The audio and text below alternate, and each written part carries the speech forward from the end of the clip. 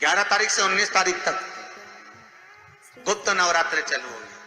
गुप्त नवरात्रि करो आराधना, कुछ नहीं तो एक फूल तो शंकर को चढ़ाना चालू करो, कम से कम एक पुष्प तो चढ़ाओ।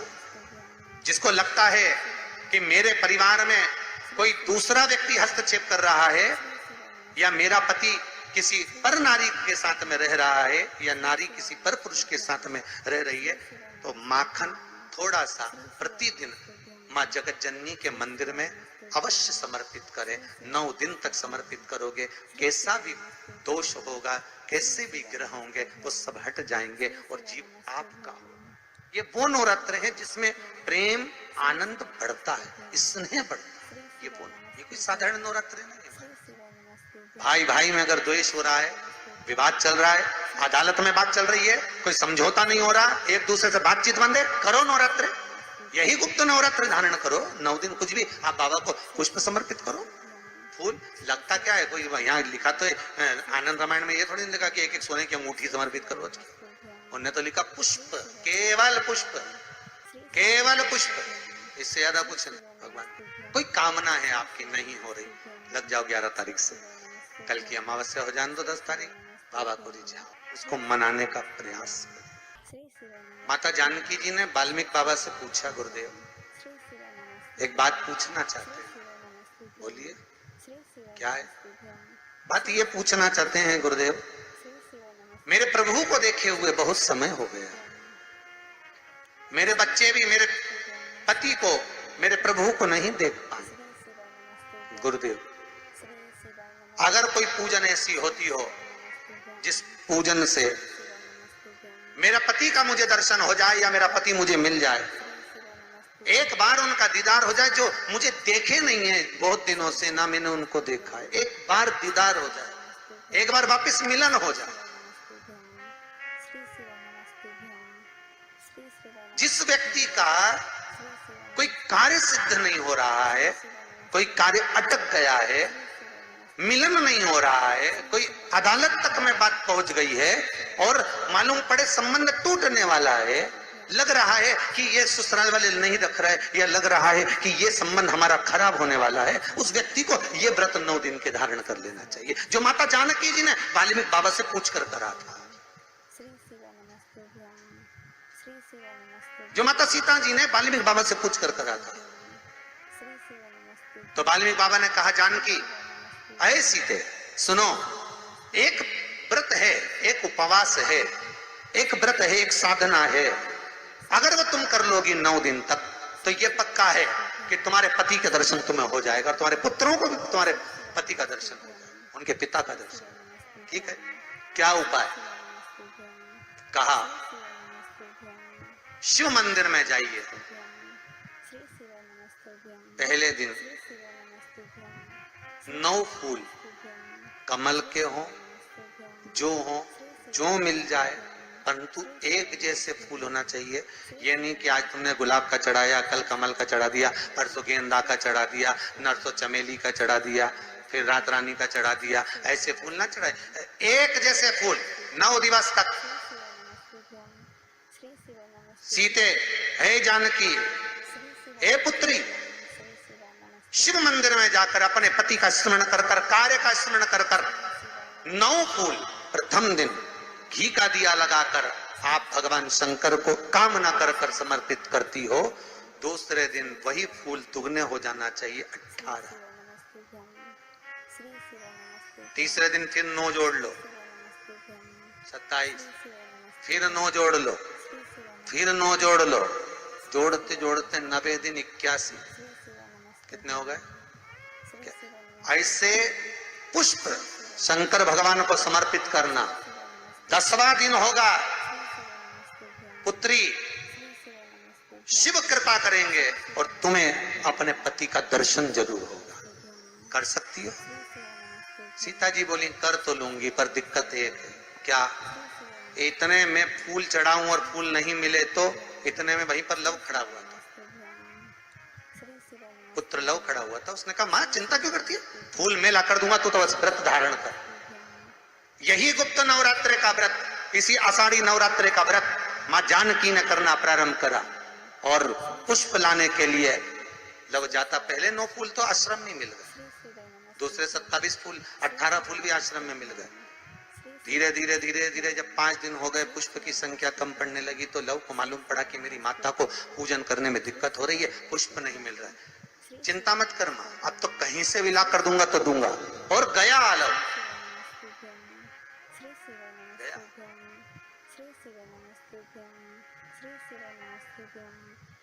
अयोध्या में पहुंच गए, जहां एक सुंदर सा सरोवर था। सरोवर के दरवाजे पर द्वारपाल खड़े हुए थे, अंदर नहीं जाने दिया। मुझे जाने दो, मुझे पुष्प चाहिए, मेरी माता पूजन कर। द्वारपालों ने पकड़ना चाहा, मना करा, नहीं माना। लव इनको पटक कर अंदर प्रवेश कर गया, फूल लेकर आया, माता को दिए। धीरे धीरे पुष्प आते रहे, चलता रहा। खबर पहुंच गई श्री राम जी महाराज के पास में कि कोई वाल्मीकि बाबा का शिष्य आता है और सरोवर के सारे कमल के फूल तोड़कर ले जाता है।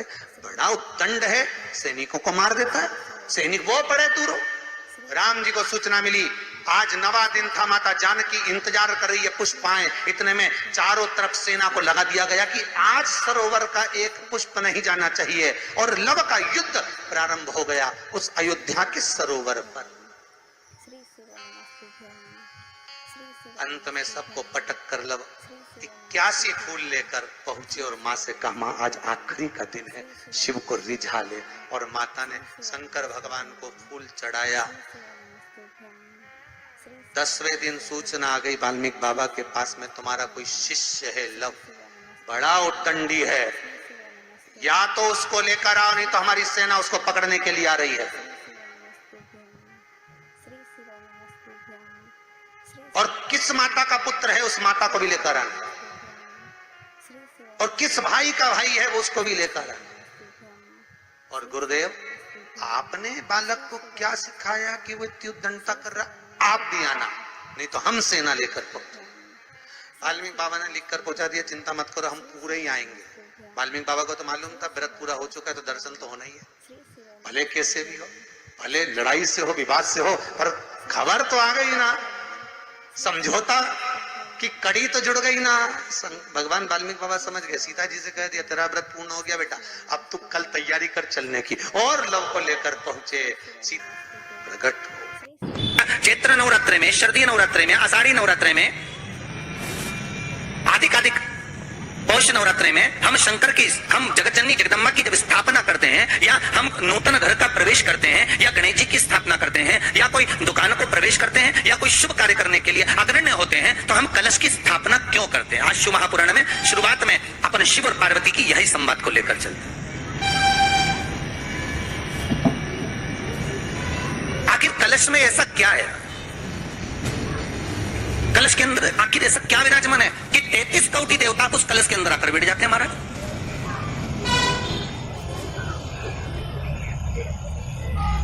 आप कोई यज्ञ करने जा रहे हो, आप कोई पोथी पुराण करने जा रहे हो, आप कोई अच्छा कार्य करने जा रहे हो, तो ब्राह्मण देवता कहते थे कलश की स्थापना होगी, कलश की शोभा यात्रा निकलेगी, कलश यात्रा निकलेगी, कलश विराजमान होगा।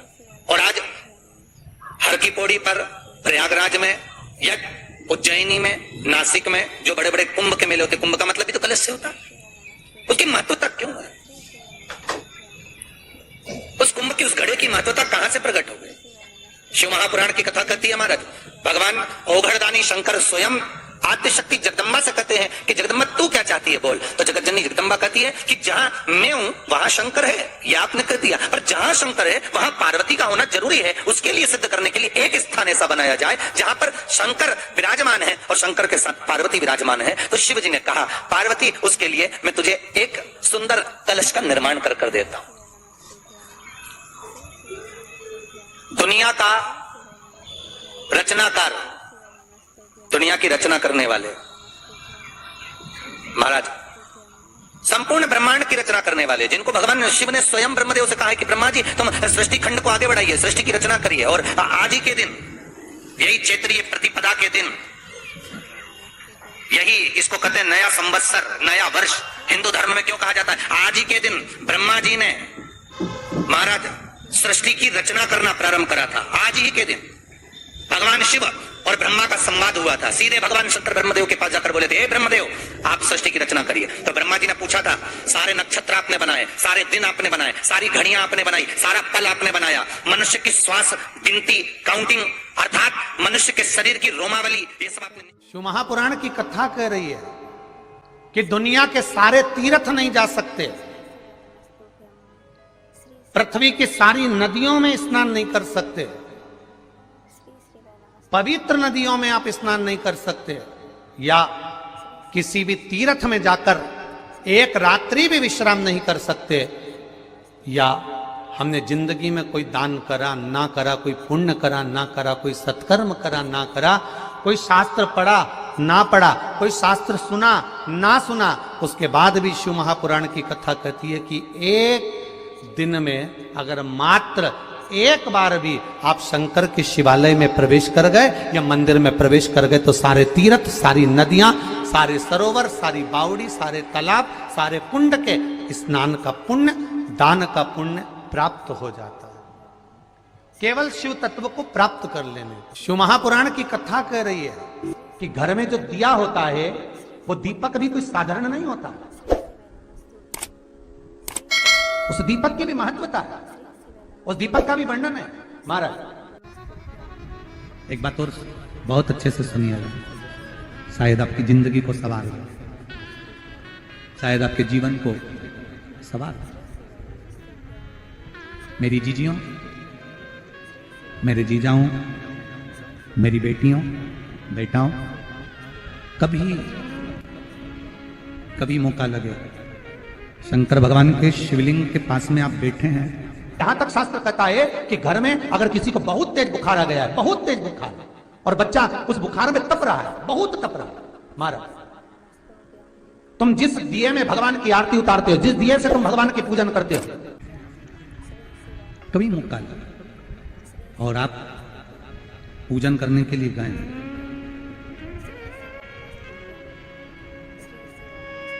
कभी पूजन करने के लिए, और आपको शंकर भगवान के शिवलिंग के पास में या शंकर भगवान के शिवलिंग के ऊपर कनेर का अगर पीला फूल देखा है ना आप लोगों ने, अरे बोलो तो जम के, देखा है? कनेर का यदि पीला फूल शिवलिंग के आसपास में या शंकर भगवान के ऊपर कहीं रखा हुआ भी दिख जाए, विषम परिस्थिति हो, बहुत हिम्मत ना हारते हो, तभी भगवान अकेले में एकांत में आप पहुंचे उनके पूजन के लिए, कनेर का पुष्प वहां रखा है, चाहे वो जलाधारी पर रखा हो, चाहे वो शिवलिंग के पास में रखा हो, शिवलिंग पर रखा हो, उस कनेर के पुष्प को अगर आप 5 जगह का स्पर्श कराकर अपने हृदय की बात कहकर वापिस महादेव को समर्पित कर देते हो, तो भी मेरा महादेव तुम्हारे दुख का निवारण कर देगा। अब वो 5 स्थान, वो 5 स्थान, पहला गणेश जी, गणेश जी का जो स्थान होता है वह जगह, दूसरा षडानंद कार्तिक, तीसरा अशोक सुंदरी वाला स्थान, चौथा जलाधारी जो ऊपर से बूंद बूंद जल नीचे गिरा रही है, जया, विषहरा, श्यामली बारी, दौतली, देव, शंकर जी की 5 बेटियों का, और 5वें नंबर का है शंकर भगवान के, जो कैसे वर्णन किया जाए, त्रिशूल के 3 भाग होते हैं। करें दर्शन आप लोगों ने, जैसे सामने त्रिशूल लगा है, इस त्रिशूल के ऊपर देखेंगे तो 3 भाग दिख रहे हैं, नजर आ रहे हैं सबको? त्रिशूल का जो 3 भाग होता है, उस 3 भाग का जहां ज्वाइंट होता है, जहां मिलता है, एक जगह पर देखो तीनों भाग एक जगह पर मिले हुए, 3 भाग का जहां मिलन होता है, 5वां स्थान, ये 5वां स्थान, यहां पर स्पर्श कराकर शिवलिंग पर अपनी कामना कर कर श्री शिवाय नमस्तुभ्यम कहकर बाबा से अपने मन की बात कहकर जो समर्पित कर देता है, हम 3 महीना भी नहीं कहेंगे, हम तो कहेंगे अगर ज्यादा दुख है 3 दिन इंतजार करना, मेरा बाबा उस दुख को मिटाएगा। 3 महीना बहुत दूर, पर करना है दिल से। और कई तरह के दीपक होते हैं, दीपक का भी विधान वर्णन किया गया, उस दिए का भी वर्णन किया गया। यहां तक शास्त्र कहता है कि घर में अगर किसी को बहुत तेज बुखार आ गया है, बहुत तेज बुखार, और बच्चा उस बुखार में तप रहा है, बहुत तप रहा है, महाराज तुम जिस दिए में भगवान की आरती उतारते हो, जिस दिए से तुम भगवान की पूजन करते हो, उस दिए की बत्ती को नीचे डाल दीजिए और उस दिए को पानी की बाल्टी में धो दीजिए। कौन सी बाल्टी में? जिस बाल्टी के पानी से आप बच्चे को स्नान करा सको। केवल भगवान पर से ले जाकर, पास में से ले जाकर उस बाल्टी में थोड़ी देर डाल दो और उस बाल्टी के पानी से उस बच्चे को स्नान करा दीजिए। 15 से 20 मिनट, आधा घंटा लगेगा बच्चे का। बड़ी बेचैन दिख रही हो तुम, क्या बात है? पार्वती जी कहती है, देवव्रत, कश्मीर प्रदेश का एक भक्त देवव्रत बेलपत्री के वृक्ष के नीचे बैठकर आपका मंत्र जाप कर रहा। मैं आपको जगाना नहीं चाहती थी, पर बेलपत्री के वृक्ष के नीचे लक्ष्मी झाड़ू लगाती है, सरस्वती वीणा बजाती है, इंद्राणी उस बेलपत्री के वृक्ष के नीचे जल का सिंचन करती है। 33 कोटि देवी देवता उस बेलपत्री के वृक्ष की जड़ में विराजमान होते हैं। इसलिए देवव्रत एक बार पंचाक्षर मंत्र बोलता है तो वो 33 करोड़ बार गिना जाता है। ऐसा बेलपत्री का वृक्ष होता है। बेलपत्री के वृक्ष के नीचे एक बार अगर भगवान का नाम लिया जाता है तो वो 33 करोड़ बार, 33 कोटि बार गिना जाता है। एक मंत्र केवल नमः शिवाय, ओम नमः शिवाय, नमः शिवाय, ओम नमः शिवाय, 33 कोटि बार गिना है। 33 कोटि, इतना सुंदर लिखा है। फिर वही वाली बात आ गई जो पहले कथा में कहा, अपने लिए अच्छा वाला घी छाट के लाना, अच्छी कंपनी का लाना, और जब यज्ञ करने बैठे, पूजन करने बैठे, हवन करने बैठे, भगवान का कोई पाठ पूजन करवाई, पूजा वाले दुकान पे बोलना कि पूजा का घी चाहिए।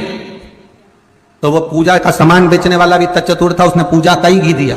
तो इन्हें पूछा, भैया ये घी कितने का? तो क्या 80 रुपए का? तो 80 रुपए का आधा किलो? तो क्या पूजा का है? विचार करिए जरा।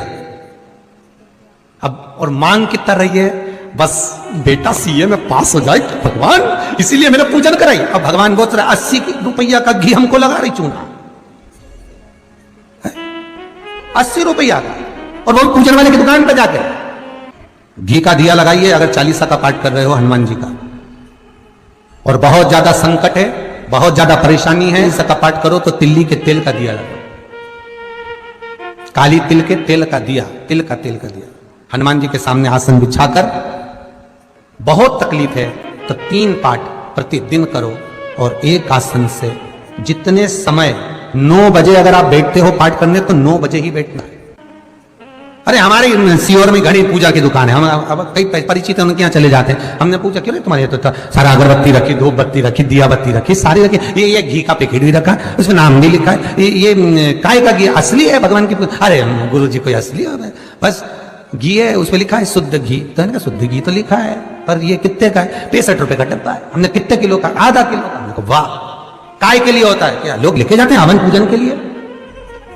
हमने भी सोचा वाह रे विश्वनाथ वाह, क्या किए? एक बंगला बना दो भोलेनाथ, सर्विस लग जाए भोलेनाथ, फिर के बहू को छोरा हो जाए भोलेनाथ। अब